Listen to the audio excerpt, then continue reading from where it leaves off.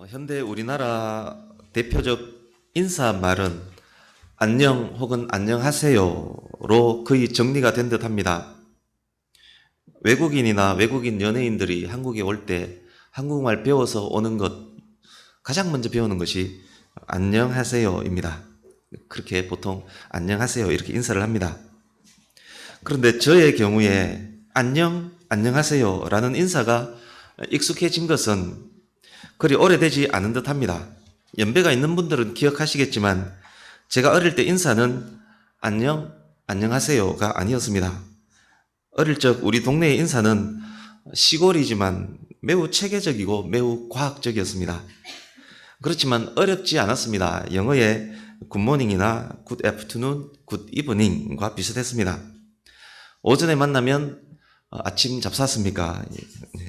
잡수셨습니까? 합니다. 잡쌌습니까? 그럽니다. 오후에 만나면 점심 잡쌌습니까? 밤에 만나면 저녁 잡쌌습니까?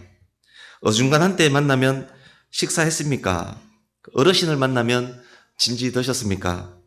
친구나 아랫사람 만나면 밥 먹었나? 거의 인사가 그거였습니다. 허물없는 사람끼리 인사가 더욱 친숙해지면 한 단계 더 들어갑니다. 뭐 먹었노? 그럽니다. 그런 인사를 하던 우리 동네에 어떤 서울 사람 혹은 서울에서 잠시 살았던 사람이 와서 안녕이라고 하면 닭살과 함께 온몸이 막 오그라들었습니다. 거의 그랬습니다. 보통 한 석 달 잠시 출장 갔다 와서 안녕 이런 친구들이 있습니다. 그러면 몸이 막 오그라듭니다. 어쨌건 그 당시 인사가 그럴 수밖에 없었던 것은 그 이전부터 오랫동안 밥 먹는 것이 귀하고 중요한 말이었기 때문일 것입니다. 다른 이야기 또 하나 하겠습니다. 스펄전, 영국의 1800년대를 살아갔던 목사님입니다. 설교의 황제라고 부르는 분입니다. 스펄전 목사님이 쓴 여러 책 중에 목회자 후보생들에게라는 많이 알려진 책이 있습니다. 1, 2, 3까지 나온 책입니다. 목회 선배로서 그리고 목회자가 되고자 하는 사람들을 위해서 쓴 책입니다. 책의 내용 중 한 부분은 제가 읽어드리겠습니다. 사탄은 아주 작은 자나 아주 큰 자와는 싸우지 않는다. 사탄은 지휘관과 싸우는 것이 더 쉽다는 것을 안다. 사탄은 목자를 치면 양떼들이 흩어진다는 비결을 알고 오랫동안 시도해왔다. 무슨 말씀인가 하면 병사나 총사령관을 공격하기보다는 일반 지휘관들을 공격한다는 말입니다. 사탄은 영적 지휘관인 목회자를 공격해서 평신도까지 넘어뜨리는 전략을 사용한다는 말입니다. 그것을 오랫동안 시도해왔고 그것의 효과를 엄청나게 보고 있다는 말입니다. 책 내용 중 한 부분을 더 읽어드리겠습니다. 부자들의 식탁을 자주 찾으면서 목회자들에게 하는 말입니다. 부자들의 식탁을 자주 찾으면서 그들의 환심을 사려 하지 마라. 파티나 잔치에 고개를 내미는 불청객은 결코 되지 마라. 여러분이 어찌 가난하고 병든 백성, 방황하는 양떼의 손길을 뿌리치고 부자들만 이 사람 저 사람 따라다니면서 비위를 맞추려는가? 서재를 뿌리치고 응접실에 파묻히는 것은 모렴치한 짓이다.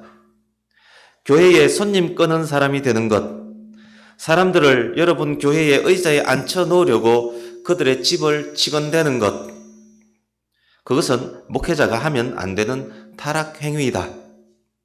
서로 다른 교단의 목회자들이 한 부자의 집 주위를 맴도는 꼴을 보면 구역질이 난다.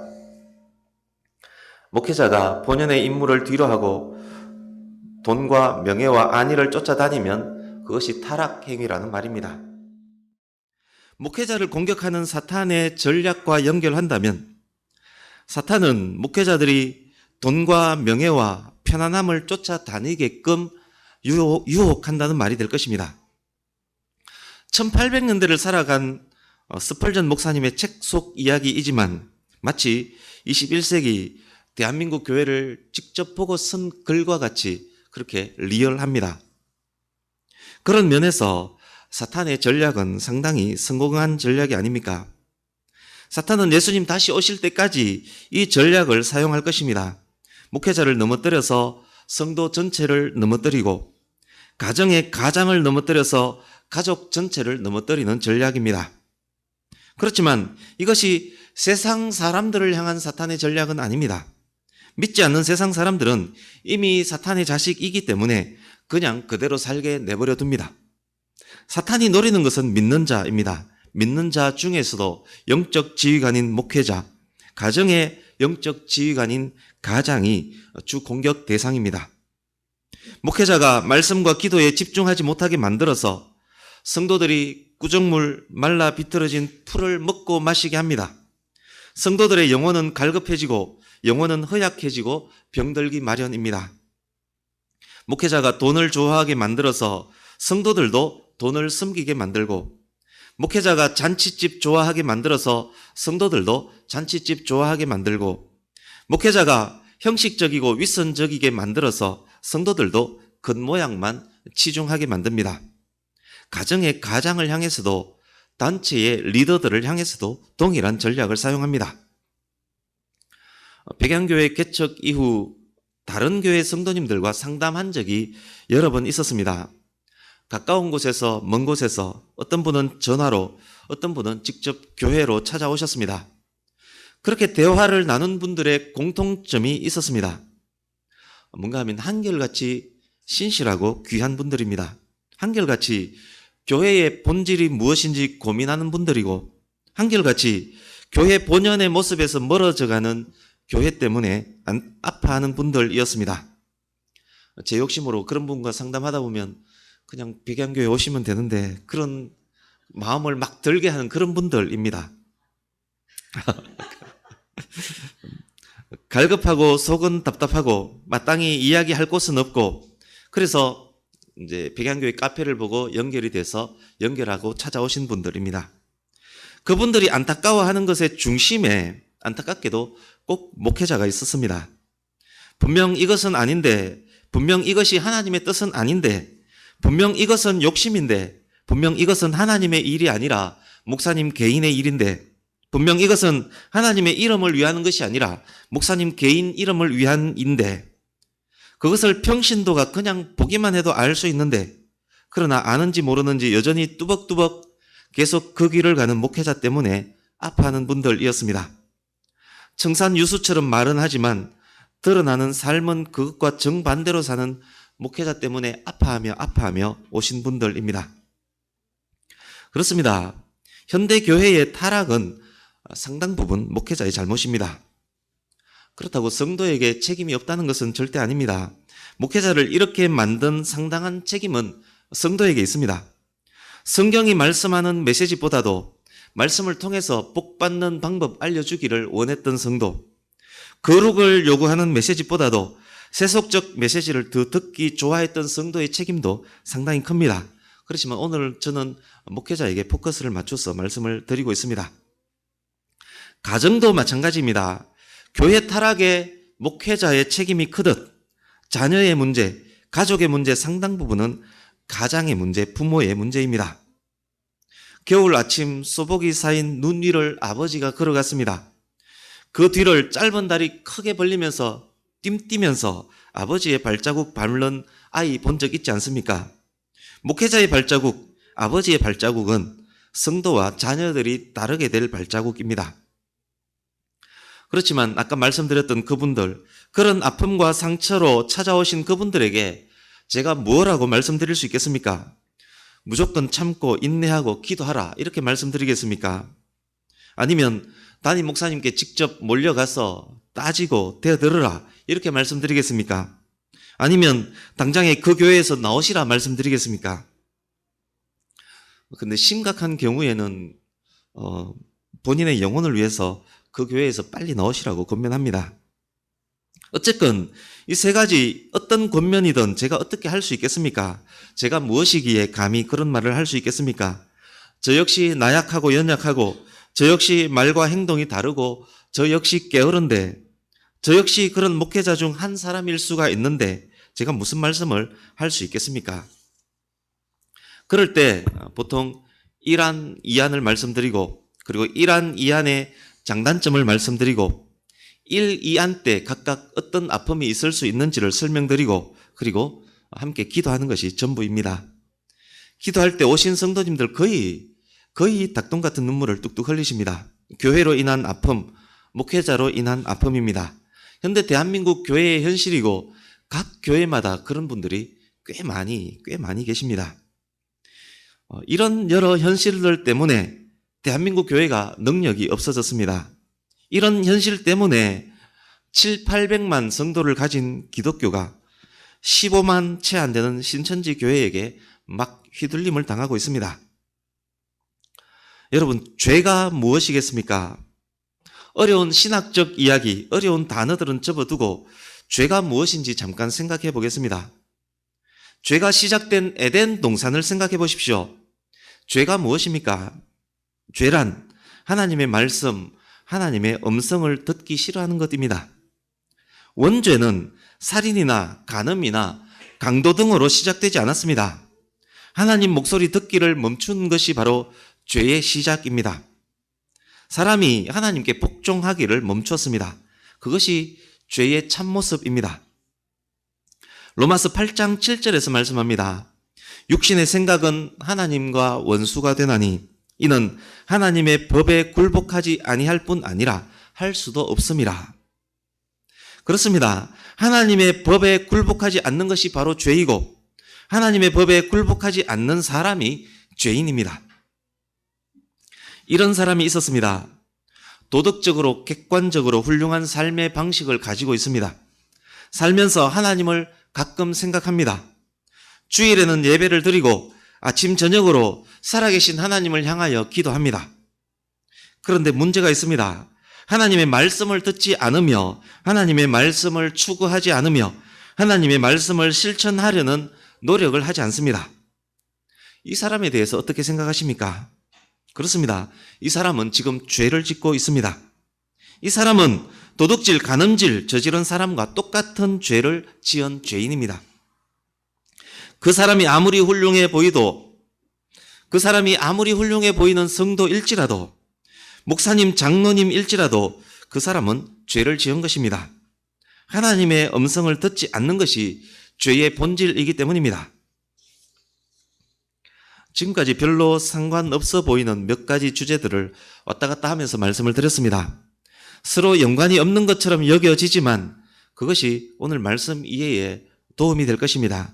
그만큼 오늘 본문 5절에서 7절에 많은 의미가 들어있다는 말씀입니다. 1절에서 4절 내용은 지난주 1절, 4절 부활과 관련해서 말씀을 드렸습니다. 오늘은 5절에서 7절 말씀 위주로 말씀드리겠습니다. 먼저 이 점에서 복음에 대해서 한 번 더 생각해 보겠습니다. 복음에 대해서는 지난주도 짧게 설명을 드렸습니다. 복음의 중심에 계신 분이 예수 그리스도라는 말씀을 드렸습니다. 예수 그리스도의 사역의 핵심, 그것은 십자가와 부활이라는 말씀도 드렸습니다. 십자가에서 대속의 제물이 되신 분, 사망 권세를 깨고 죽음에서 부활하신 분, 그분이 바로 우리 주 예수 그리스도라는 말씀도 드렸습니다. 오늘은 복음에 이어서 그 복음의 의도에 대해서도 더 알아보려고 합니다. 좋은 소식, 굿 뉴스, 복음, 그 복음의 의도는 무엇이겠습니까? 그 말은 십자가에서 죽으시고 무덤에서 살아나신 예수께서 성도에게 무엇을 바라느냐라는 물음입니다. 죄의 본질은 하나님의 말씀을 듣지 않는 것이라는 말씀을 드렸습니다. 그렇다면 복음의 의도, 복음의 목적은 무엇이겠습니까? 그렇습니다. 복음의 전체 의도는 죄가 추구하는 정반대 방향으로 성도를 이끌어가는 것입니다. 불순종이 죄라면 복음의 의도가 무엇이겠습니까? 순종입니다. 하나님의 음성을 듣지 않는 것이 죄라면 복음의 의도는 무엇이겠습니까? 하나님의 목소리를 듣고 따르게 하는 것입니다. 복음의 중심에 계신 예수 그리스도께서 십자가에서 죽으시고 죽음에서 부활하심으로 믿는 자의 구원을 이루셨습니다. 그것이 기쁜 소식이었습니다. 이제 이 기쁜 소식은 성도의 순종을 위해 움직입니다. 그것이 복음의 의도가 가는 방향입니다. 그렇습니다. 복음은 믿음으로 성도된 자가 하나님의 말씀에 순종함에 이르도록 움직이는 것입니다. 그러기에 하나님의 말씀을 따르는 순종이 그 사람에게 있느냐, 그것은 성도됨의 증거가 되는 것입니다. 본문 5절 보십시오. 바울 사도는 예수 그리스도로 말미암아 사도가 되었습니다. 바울 사도는 예수 그리스도의 이름을 위하여 복음을 전합니다. 그 복음을 이방인들도 믿게 하려 함입니다. 그러나 믿는 것이 전부가 아닙니다. 믿고 순종하게 하려 합니다. 믿음은 시작이고 순종은 믿는 자에게 따르는 삶의 열매입니다. 그것이 예수님의 의도이고 그것이 복음이 가는 방향입니다. 당연히 복음을 전하는 사도가 추구해야 하는 일입니다. 복음을 전하는 바울은 그 순종을 앞서 행했습니다. 바울은 또한 그것을 위해서 그리스도의 종이 되었습니다. 이제 6절 보십시오. 복음을 통해 믿어 순종에 이르게 하려는 대상이 누구인지를 알려줍니다. 예수 그리스도의 것으로 부르심을 받은 자들입니다. 복음이 그 사람을 향해서 그 의도를 이제 시행합니다. 7절입니다. 믿어 순종하게 하려는 대상이 누구인지 좀 더 높은 톤으로 반복하며 알려줍니다. 하나님의 사랑하심을 받고 성도로 부르심을 받은 모든 자들입니다. 이 시간 이곳에 모여서 함께 하나님께 예배드리는 여러분, 저와 여러분은 누구입니까? 예배자로 앉아있는 저와 여러분의 정체가 무엇입니까? 6절, 7절에서 그 정체성을 알려줍니다. 저와 여러분은 예수 그리스도의 것입니다. 저와 여러분은 예수 그리스도의 것으로 부르심을 받은 사람들입니다. 저와 여러분은 하나님의 사랑하심을 받은 사람들입니다. 저와 여러분은 성도로 부르심을 받은 사람들입니다. 예수님의 죽음과 부활이 나의 죽음과 부활이 된 사람들입니다. 예수님을 나의 주 예수 그리스도로 영접한 성도들입니다. 저와 여러분들은 복음을 믿고 받아들이고 복음을 전하는 도구로 부름받은 성도들입니다. 그렇다면 저와 여러분은 어떠해야 합니까? 믿음이면 됩니까? 믿음으로 거듭난 하나님의 자녀이면 끝입니까? 하나님의 자녀가 맞다면, 성도가 맞다면, 복음의 도구가 맞다면 어떠해야 합니까? 믿음을 가진 자가 맞다면 어떠해야 합니까? 그렇습니다. 믿음에 순종이 있어야만 합니다. 그것이 저와 여러분이 성도임에 대한 증거입니다. 그리스도인의 삶은 믿음과 행위, 믿음과 실제로 구성되어 있습니다. 그 두 가지는 분리될 수 없습니다. 우리 마음으로, 우리 생각으로 이 두 가지를 분리하려고 시도해서는 안 됩니다. 분리하려고 시도하더라도 그것이 분리되는 것 또한 아닙니다. 왜인지 아십니까? 성도의 삶 전체는 믿음의 결과이기 때문입니다. 십자가 신앙, 부활 신앙의 결과가 하나님 말씀에 대한 순종으로 나타나기 때문입니다. 말씀에 순종하는 삶, 그것이 복음이 지향하는 열매들이기 때문입니다. 그러기에 만약 누군가가 믿음과 삶을 분리하려고 한다면, 만약 누군가가 믿음과 순종을 분리하려고 시도한다면 그것은 비성경적이고 영혼에게 엄청난 해악을 끼치는 시도입니다. 결국 그 시도는 지독한 사이비와 이단을 낳게 될 것입니다. 안타깝게도 현대 한국교회는 정통이라고 하지만 사이비와 이단의 결과물을 내놓을 때가 많습니다. 복음의 핵심이 잘 전해지지 않았다는 반정입니다. 십자가 복음, 부활의 복음이 전해지고 십자가 복음, 부활의 복음이 전해지고 그에 대한 열매가 있어야 하는데 십자가 복음, 부활의 복음은 전해지지 않고 잘 먹고 잘 사는 복음이 전해지는 그것을 복음이라고 전한 결과입니다. 순종이 없는 믿음이 낳은 괴물입니다. 하나님의 사랑하심을 받아 하나님의 부르심을 받은 사랑하는 성도님 여러분, 저와 여러분 모두가 복음에 순종하는 삶을 살기를 원합니다. 저와 여러분 모두가 하나님의 말씀에 순종하는 삶을 살기 원합니다. 5절 다시 보십시오. 결국 그것이 예수 그리스도의 이름을 위하는 삶이 됩니다. 그것을 통해서 하나님께서 영광 받으신다는 말씀입니다. 헬라인들은 카이레라면서 인사합니다. 문자 그대로 번역하면 기뻐하라라는 기뻐하라라는 의미입니다. 가난한 시절 우리나라 사람에게 아침, 점심, 저녁 먹는 것이 매우 중요했듯이 헬라인에게는 기뻐하고 즐거워하는 것이 매우 중요했었나 봅니다. 그래서 헬라에는 철학이 발전했는지도 모릅니다. 유대인들은 샬롬이라고 인사합니다. 평안하십니까? 평안하시죠? 라는 의미입니다. 우리나라 대표적 인사 안녕하세요와 거의 비슷한 의미입니다. 유대인들에게는 하나님과 평강의 관계, 이웃과 평강의 관계가 매우 중요했기 때문일 것입니다. 지난주에 로마서 1장 1절에서 7절은 로마서 서론부 중에서도 인사 부분이라고 말씀드렸습니다. 7절에 나타난 바울의 인사를 보십시오. 바울의 인사는 은혜와 평강입니다. 첫 번째 나오는 은혜, 이 은혜의 원어는 카리스입니다. 헬라인의 인사 카이레와 비슷한 발음이지만 그 뜻은 다릅니다. 하나님께서 이방인들에게까지 값없이 주신 구원의 은혜를 말하는 그 은혜, 카이레, 카리스입니다. 뿐만 아닙니다. 여기에 은혜는 거듭남의 은혜만을 말하는 것 아닙니다.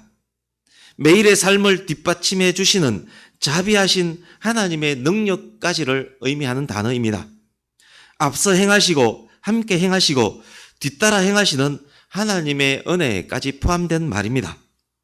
죄사함의 가장 큰 은혜를 주신 하나님께서 다른 은혜들은 더욱 주시는 것 당연하지 않겠습니까? 저와 여러분에게는 이 은혜가 필요합니다. 그래서 꼭 필요한 그것을 성도들에게 인사말로 바울이 건네고 있습니다. 두 번째, 평강. 히브리어 살롬의 의미를 가진 평강의 헬라 원어는 에이레네입니다. 하나님과 화평한 자이기에 이웃과도 화평합니다. 그들의 마음에는 평강이 넘쳐납니다. 그러나 그것만을 의미하는 단어가 아닙니다. 하나님과 평화는 가장 큰 평화입니다. 가장 큰 평화를 허락하신 하나님이시라면 다른 평강 더욱 주시는 것 당연하지 않겠습니까?